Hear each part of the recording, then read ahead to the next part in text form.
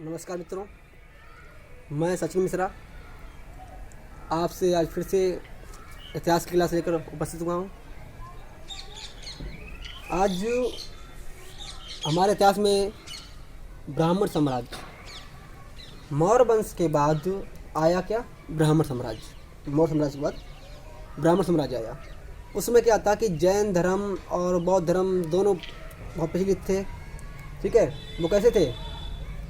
नास्तिक लोग थे, वो भगवान को नहीं मानते थे, जैन धर्म और बौद्ध धर्म। ठीक है, तो ये देखकर ब्राह्मण साम्राज्य की स्थापना हुई। कि देखकर कि आप भगवान को मान नहीं रहा था, ब्राह्मण साम्राज्य की स्थापना हुई। तो ब्राह्मण साम्राज्य के पहले राजा कौन हुए हैं? पुष्यमित्र शुंग। कौन हुए हैं? पुष्यमित्र शुंग हुए हैं। ठीक, ये इन्हें ही ब्राह्मण साम्राज्य का पहला संस्थापक माना जाता है। और इनका वंश क्या था? शुंग वंश। ये शुरुआत में कौन सा वंश चला? शुंग वंश चला। तो शुंग वंश के संस्थापक कौन है? पुष्यमित्र शुंग है। तो इनके बारे में कुछ बातें हैं जो हम आपको बता दें। पुष्यमित्र शुंग ने मौर्य वंश के अंतिम शासक बृहद की हत्या कर कौन सन में 185 ईसा पूर्व में हत्या कर मौर्य साम्राज्य को समाप्त किया और ब्राह्मण साम्राज्य की नींव रखी। ठीक है, इसकी राजधानी इन्होंने क्या बनाई? विदिशा। राजधानी क्या बनाई? विदिशा। इसकी राजधानी बनाई विदिशा। ठीक है, इसकी राजधानी क्या बनाई? विदिशा। इसकी राजधानी विदिशा बनाई। फिर इनके राज दरबार में एक हुए हैं पतंजलि। पतंजलि हुए हैं, इनके राज दरबार में रहते थे। राजगुरु मान लो, राजगुरु थे जिन्होंने अश्वमेध यज्ञ कराए। कौन से कराए? अश्वमेध यज्ञ। अश्वमेध यज्ञ कराए।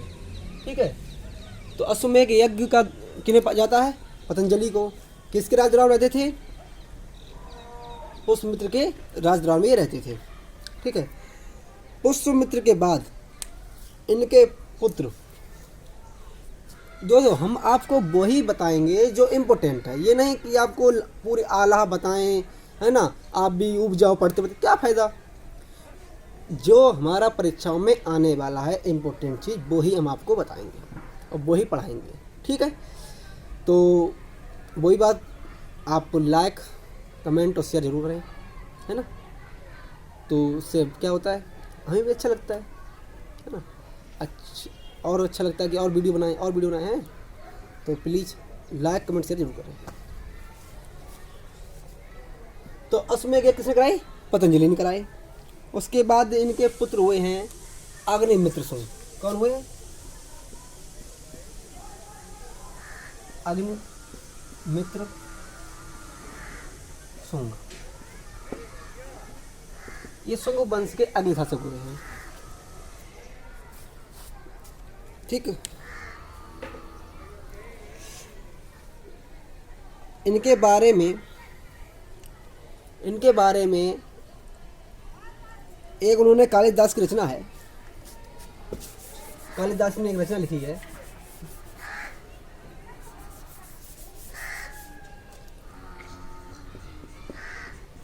कालिदास की रचना क्या है?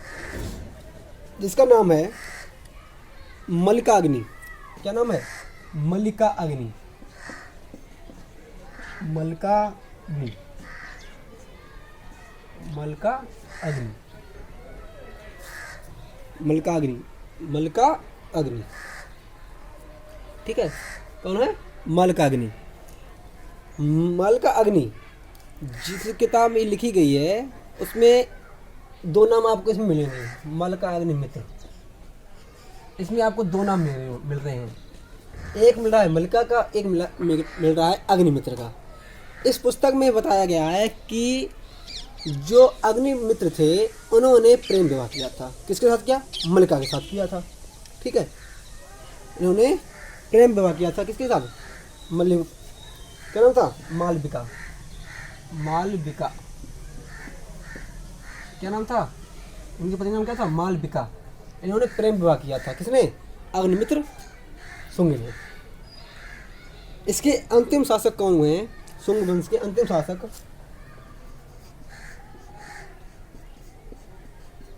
अंतिम शासक कौन हुए हैं? देवभूमि। कौन हुए हैं? देवभूमि। ये इसके अंतिम शासक हुए। पहला जान लो, अंतिम जान लो, जिनको महत्वपूर्ण माना जाता है अग्निमित्र को, उनको जान लो। ठीक है, अग्निमित्र क्यों महत्वपूर्ण है? इस किताब है से मल्लिकार्जुन किसकी रचना है? कालिदास की रचना है। ठीक है, किसकी रचना है? कालिदास की। अब जो अंतिम देवभूमि था, इसने क्या किया है? देवभूमि ने क्या किया कि जो अशोक के स्तूप थे, ठीक है, उसमें पहले ये रेलिंग लगी थी, वो कैसी थी? उसकी थी, किसकी? लकड़ी थी। जब ये देवभूमि आया तो इसने क्या किया? इसने रेलिंग किसी लगा दी? पाषाण की, माने पत्थर की लगा दी। इसने रेलिंग लगाई पत्थर की। और ब्राह्मण काल का उत्थान इसी यहाँ से ही शुरू हो जाता है। ब्राह्मण काल का उत्थान यहीं से शुरू हो जाता है। उसके बाद मनुस्मृति के स्थापना कला। मनुस्मृति, आप जानते हैं मनुस्मृति लेखक कौन है? मनुस्मृति की जो कला थी, मनुस्मृति जो लिखी गई है, मनुस्मृति कला इन्हीं कार्यकाल में लिखी गई। किसकी कार्यकाल में? देवभूमि की कार्यकाल में वो लिखी गई है, जिसके रचनाकार कौन है? मनु है। ठीक है, मनुस्मृति में क्या किया गया? सामाजिक और कानूनी के बारे में बताया गया है। ठीक है, अब आते हैं कण्व वंश। कौन से वंश पे? कण्व वंश पे आते हैं। यहाँ हमारा शुंग वंश समाप्त होता है, इसके बाद कण्व वंश।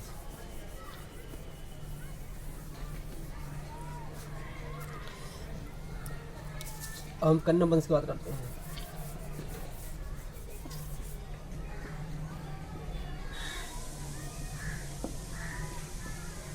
कण्व वंश, अब हम कण्व वंश की बात करते हैं।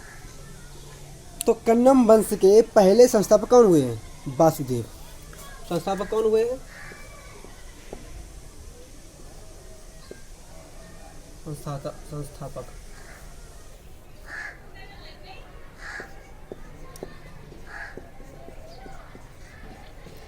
कौन हुए हैं?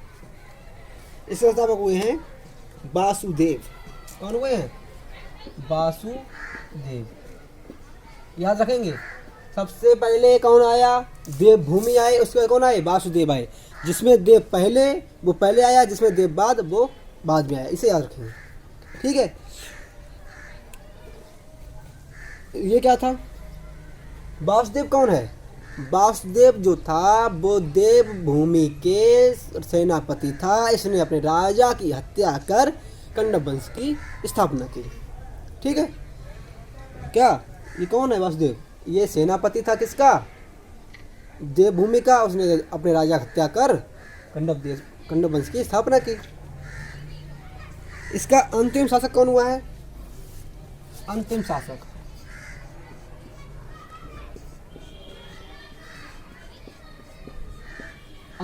कौन हुआ है? सुसमी। कौन हुआ है? सुसमी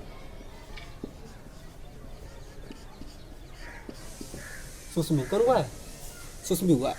अंतिम शासक सुसमी हुआ है। ठीक है, अब क्या हुआ? जो ये साम्राज्य था इनका, ये पहले फैला हुआ था बहुत जगह, लेकिन बाद में क्या हुआ कि ये संस्थापक सिमट कर सिर्फ पाटलिपुत्र तक ही रह गया। कहाँ तक रह गया? सिर्फ पाटलिपुत्र तक रह गया। अब आता है इनका सबसे इम्पोर्टेंट वंश है सातवाहन वंश। कौन आता है? सातवाहन वंश।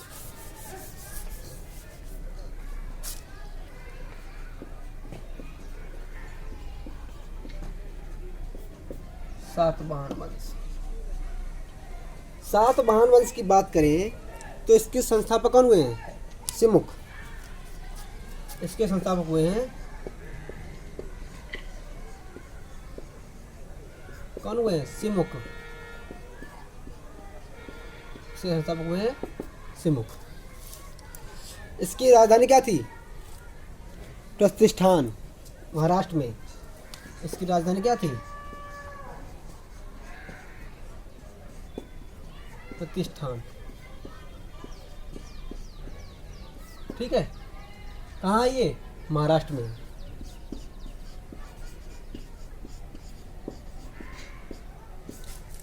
महाराष्ट्र में है। कहाँ पर? गोदावरी नदी के क्षेत्र में। ये कहाँ पर है? गोदावरी नदी के क्षेत्र में। इसके बाद हम बात करते हैं, इसके प्रमुख शासक हुए हैं कौन कौन से? प्रमुख शासक जो हैं उनके दो नाम हैं, गौतमीपुत्र और सतकर्णी। कौन कौन? गौतमीपुत्र प्रमुख शासक हैं ये, गौतमी पुत्र और संस्कर्णी, है ना? क्या नाम है? सतकर्णी। ये इस वंश के प्रमुख शासक हुए। ठीक है।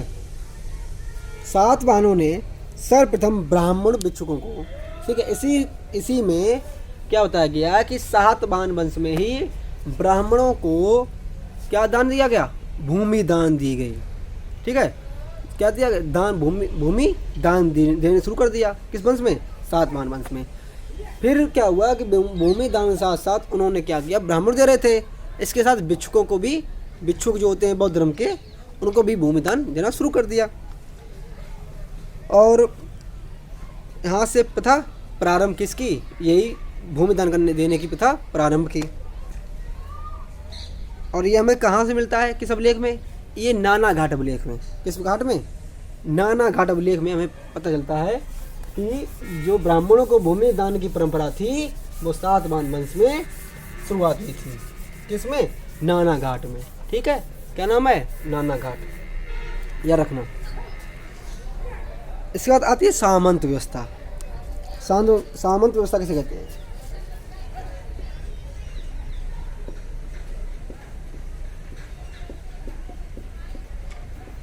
इसी में आती है सामंत व्यवस्था। सामंत व्यवस्था मतलब क्या होता है? जैसे आप जानते हैं, जैसे अब ब्राह्मणों को जमीन देने का उन्होंने शुरू कर दिया दान।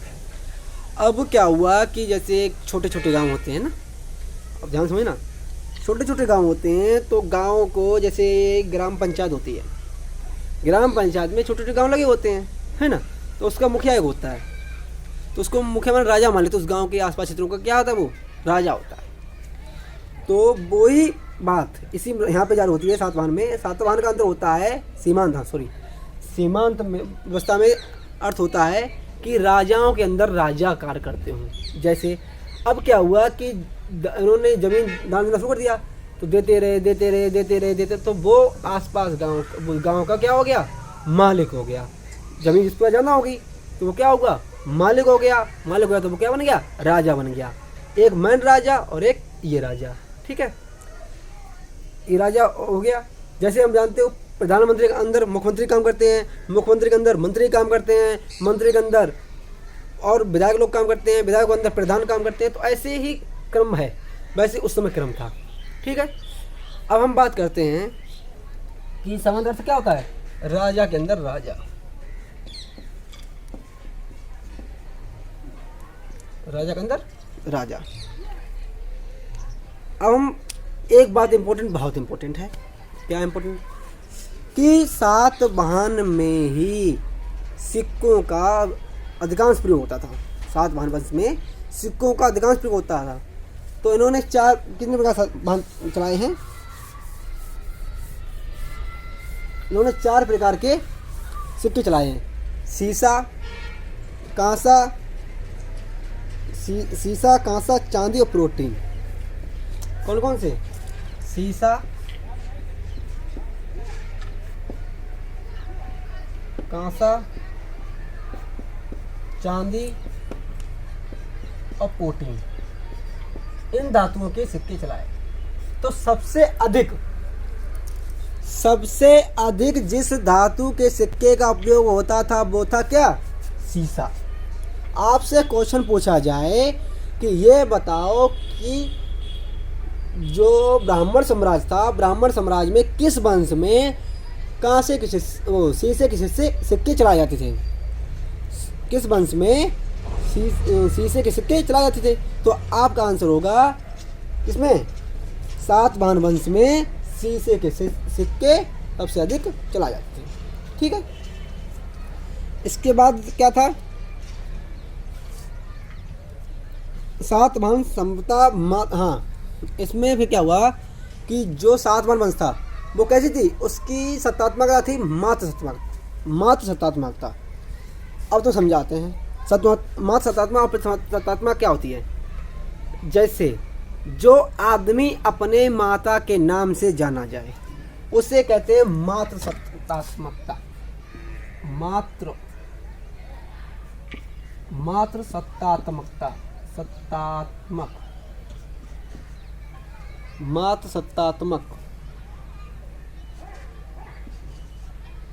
सत्तात्मक ठीक है, मात्र सत्तात्मक कहते थे। तो इस वंश में क्या थी, मात्र सत्तात्मकता थी। कैसी थी, मात्र सत्तात्मकता। मतलब एक चीज यहाँ नोट कर लो, सातवाहन वंश में जो सभ्यता थी वो मात्र सत्तात्मकता थी, लेकिन जब राजा बनने की बारी आती थी तब पितृ सत्तात्मकता हो जाती थी। कौन सी, पितृ सत्तात्मकता हो जाती थी। ठीक है, माने अब जो बनेगा वो राजा लड़का ही बनेगा। पहले क्या थी, जो लड़का पहचाना जाएगा वो माँ के नाम से ही पहचाना जाएगा। जैसे इस समय अगर हमसे कोई पूछता है कि तुम्हारे पिताजी का नाम क्या है, तो हम लोग बता देते हैं हमारे पिताजी का ये नाम है। ठीक है, लेकिन हम जाने जाते हैं अपने पिताजी के नाम से, माता जी के नाम से नहीं जाने जाते हैं। लेकिन सिर्फ एक जगह हम, आप बताओ, आज तक पूछ दिया जाए कि आप माता जी के नाम से कहाँ जाने जाते हो, तो वो कहाँ है, नानी का घर है ना। तो सिर्फ नानी के ही हम माँ के नाम से जाने जाते हैं, और हर जगह हम पिता के नाम से जाने जाते हैं। ठीक है, तो एक बात याद किया कि इनकी जो सत्तात्मकता थी मात्र सत्तात्मकता थी, लेकिन राजा बनने के जब कहाँ चांस आते थे तो पितृ सत्तात्मकता हो जाती थी। ये चीज़ नोट कर लो। इन्होंने क्या क्या कार्य किए। सातवाहन में कार्ले चैत्य की स्थापना की। कार्ले चैत्य क्या होते हैं जानते हो, कार्ले चैत्य उन्हें कहते हैं जहाँ बौद्ध लोग पूजा करते हैं, बौद्ध धर्म के लोग पूजा करते हैं, उसे हम कार्ले चैत्य कहते हैं। क्या कहते हैं, कार्ले चैत्य। ठीक है, जहाँ पर बौद्ध धर्म लोग पूजा करते हैं उसे कहते हैं कार्ले चैत्य कहते हैं।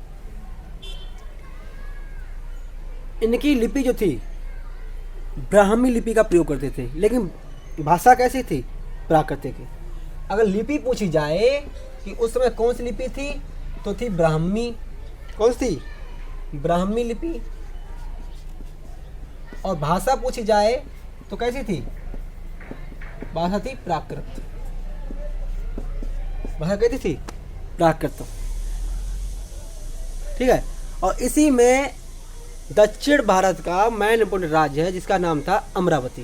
क्या नाम था, अमरावती। तो अमरावती से वो क्या करते थे, अमरावती का विकास यहाँ से ही हुआ है। ठीक है, अब हम इसके बाद बस आता है चेदी वंश, उसकी बात कर लेते हैं।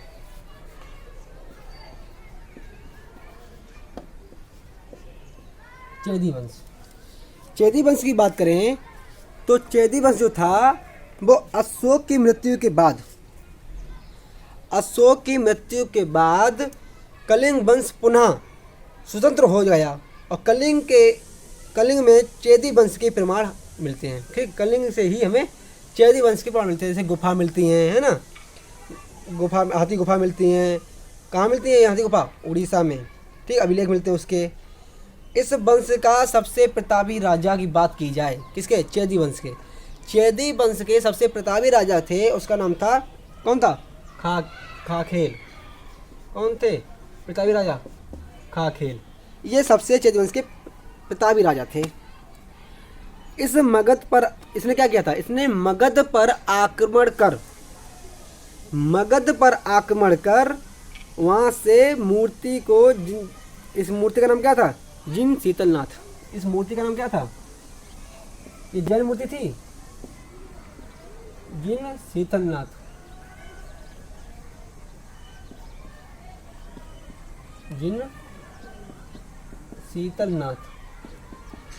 ये जैन धर्म मूर्ति थी, जिन शीतलनाथ को ले आया।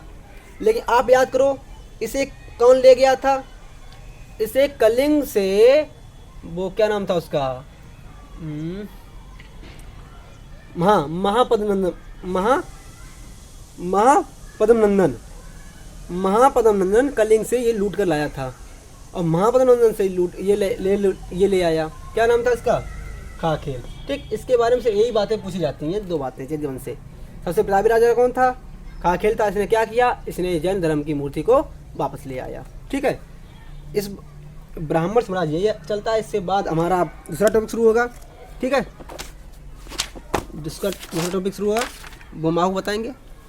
इसके तब तक धन्यवाद, बहुत बहुत शुक्रिया। और आपसे विनम्र निवेदन है कि MSB कोचिंग सेंटर में आप लोगों का तरह से स्वागत है। आइए और कुछ यहाँ कुछ सीखिए। प्लीज़ आप लोगों से गुजारिश है कि लाइक कमेंट और शेयर ज़रूर करें, है ना। हमें मोटिवेट ज़रूर करें। आप बिना मोटिवेट करे हम सक्सेस नहीं हो सकते। सक्सेस तो हमारे जो पूरी कोशिश है कि आप लोगों के प्यार से ही हम आगे बढ़ पाएंगे, है ना। आप लोग प्यार दीजिए। बहुत बहुत धन्यवाद, शुक्रिया। God bless you. धन्यवाद।